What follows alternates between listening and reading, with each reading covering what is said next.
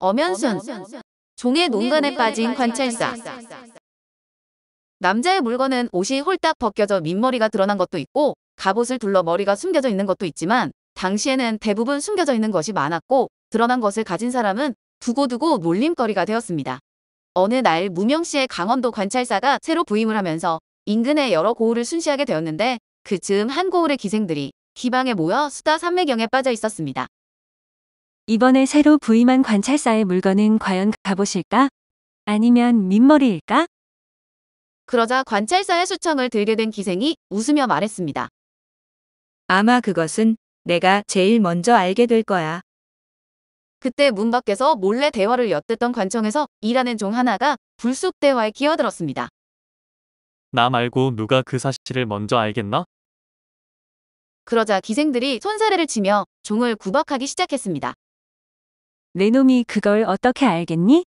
아마 평생 가도 알 수 없을걸? 그래도 종은 여전히 큰 소리를 쳤습니다.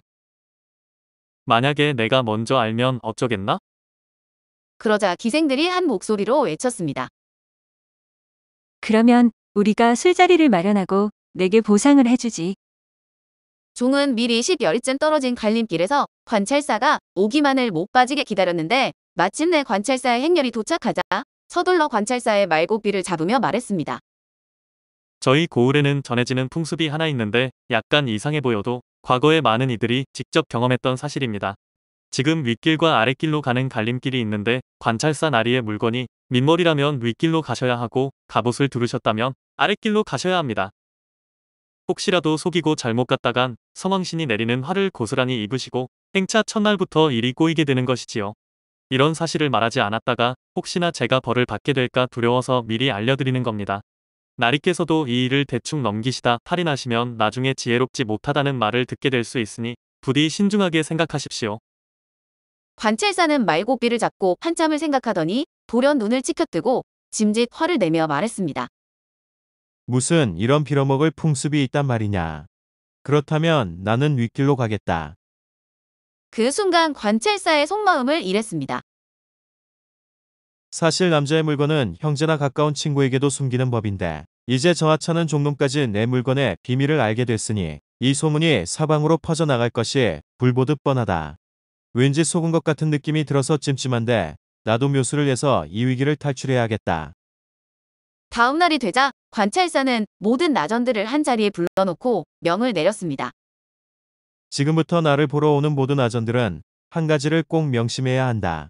만약에 자신의 물건이 민머리면 섬돌 위에 서고 갑옷을 둘렀으면 뜰에 서도록 해라. 알겠느냐? 그로부터 아전들은 관찰사의 명을 따라서 섬돌에 서기도 하고 뜰에 서기도 했는데 유독 한 아전이 한 발은 섬돌에 올리고 다른 한 발은 뜰을 짚고 서 있자 물끄러미 그 모습을 보던 관찰사가 이유를 물었습니다. 소인의 물건은 민머리도 아닌 것이 그렇다고 갑옷을 두르지도 않아서 세상 사람들은 자라 모가지로 부르고 있는데 대체 어디에 서야 할지 몰라서 이러고 있습니다. 그 말에 관찰사는 한바탕 크게 웃고 나서는 모두들 그만두고 돌아가라며 다시 명을 내렸습니다. 역사가는 이런 평가를 내렸다. 관찰사는 한 지방을 대표하는 상징이다. 그런 상징이 바로 서야 빛을 발하고 따르는 그림자들도 바른 방향으로 갈 수 있다. 그런데 상징은 모범을 보이지도 않으면서 따르는 그림자들이 저지른 잘못에 벌을 내리는 것은 옳지 않다.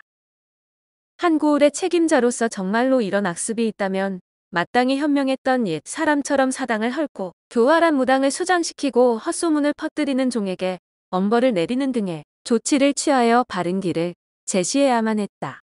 하지만 경솔하게 말고삐를 잡고 고민을 할 때부터 이미 소인배의 농간에 노란한 것이다.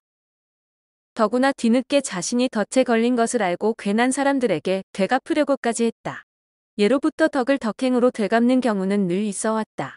하지만 지금처럼 악을 악행으로 되갚는 식으로 백성을 다스린다면 득될 것이 얼마나 있겠는가? 아, 정말로 아쉽구나. 오늘 엄연수는 종의 농간에 빠진 관찰사 이야기였습니다.